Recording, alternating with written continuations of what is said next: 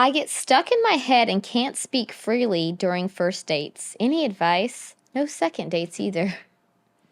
Yeah, well, if you get stuck in your head and you're all worried about what to say to a girl, you've already lost because you're not there to be a dancing seal or to clap and perform for her.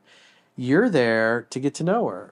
And if you really like the girl and you're fascinated by her, you should be asking the kind of questions that she would enjoy answering. And you should be listening. She should be doing 80, 90% of the talking because that's how you create rapport. Anybody that's in sales understands that the client should be doing most of the talking when you first get together because that makes them feel like you care. It makes them feel like you're a friend. It's very disarming. And so you come across as somebody that they already know. I mean, if you think about it, like, if you are in the grocery store and you run into somebody that you went to high school with that maybe you haven't seen in 5 or 6 years, what are you going to say? Hey, how you been? Do you still live over in such and such? Are you still working for so and so? Are you still dating that girl? You're going to be asking the just normal questions like to catch up. And if you're on a date, you're like, what do you love to do? What do you love to do for fun? How do you normally spend your weekends? And asking her, was like, tell me about your parents. Are you close to your parents? Are you tight with your dad? Do you love your dad? If a girl loves about her dad, she's like, oh, I love my dad. He's my rock. He's my mountain. I go to him for everything. He's just always been there for me. I love him so much. Those are good things to hear. And whatever feelings the conversation elicits in a woman, if you're getting her to talk about things that she really loves and really enjoys, and she's excited and she lights up, she's feeling good. And if you're making her feel good because of the topics that you're asking her about, well, then she's going to associate being with you with feeling good. And so all you really have to do is you got to understand, and this is detailed in the book, is that whoever is asking the questions is the person that's running the conversation, and you should be running the conversation, making it easy for her to talk. Because number one, it creates rapport, and number two, you're not sitting there going through your accomplishments or trying to prove yourself to her or trying to make her laugh or trying to do magic tricks for her or whatever. That allows you to remain mysterious. And women like that. It's, as I wrote about in the book, when I started doing that, I would go out on dates and the girl would like talk my ear off and do 90, 95% of the talking.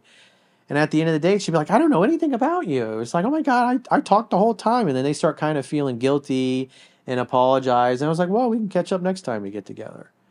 Kiss her goodnight. And then she walks away from that. And, her girlfriends are like, well, how'd the date go?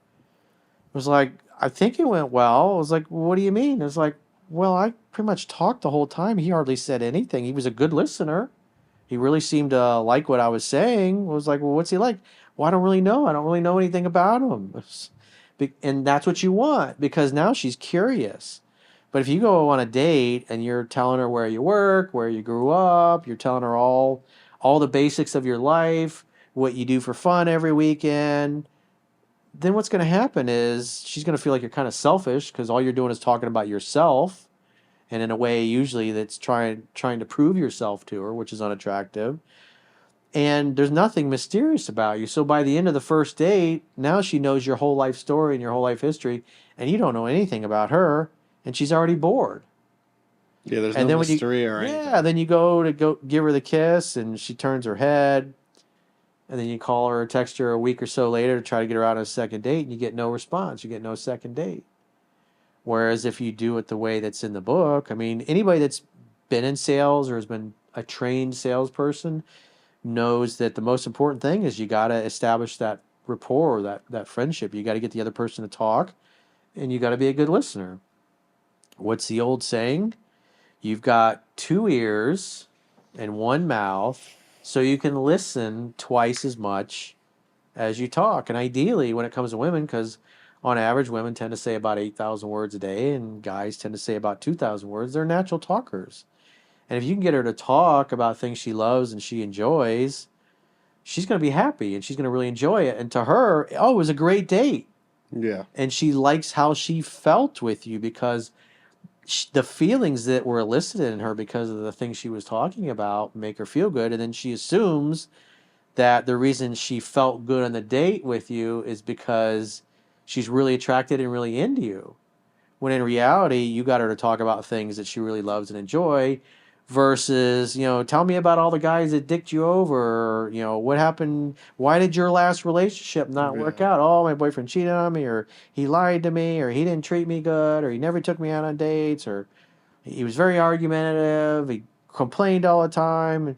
And if she's going on and on about a relationship that maybe is kind of a recent breakup, and she's talking about that and expressing all the negative things and negative emotions, well, now she's going to associate being on a date and being with you as like negative and unpleasant. And so, whether you realize it or not, you're emotionally anchoring her to feel the same negative way about you that she does about her ex. And then she won't go out with you again, even though you're having a normal conversation with her.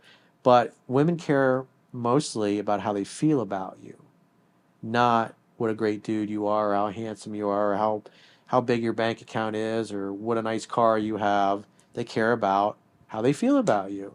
And if you make a woman feel good on a date and you make her laugh, and by the end of the date she hardly knows anything about you, well, she's definitely got to go out on a second date because you're a total mystery to her, and women love that. Just like cats. Cats love mystery. They love figuring shit out. They're very curious. That's why they, grab the roll of toilet paper and they Go to expect something to town. happen, and they just keep pulling it until all the toilet paper's off the roll, or a ball of yarn, or just like, where does this go? And women are like that. So give them the ball of yarn and let them pull on it. Instead of volunteering things about yourself, make her ask you questions, and then kind of give her a short answer. Don't go on a 20-minute diatribe. And then when you feel like you've shared something enough, for talk for a minute or two, then turn it around and ask her another question and get her talking some more. Because again, at the end of the day, she's like, God, I hardly know anything about this guy. He's so mysterious. He's so different. Those are the kinds of things that you're going to hear. And so give women what they like and what they respond to, and you will get access to their chocha. Cody, I want to get the chocha. Back in the day when I worked at Chuck's Steakhouse, the guys in the kitchen, they were like, what are you doing? Oh, I got a date tonight. I was like, oh, you gonna get the chocha, Cody? And then when I would come the next day, like, hey, how did the date go? Did you get the chocha? That's so funny. I got the chocha. I got the chocha. Oh, Cody, you got the chocha.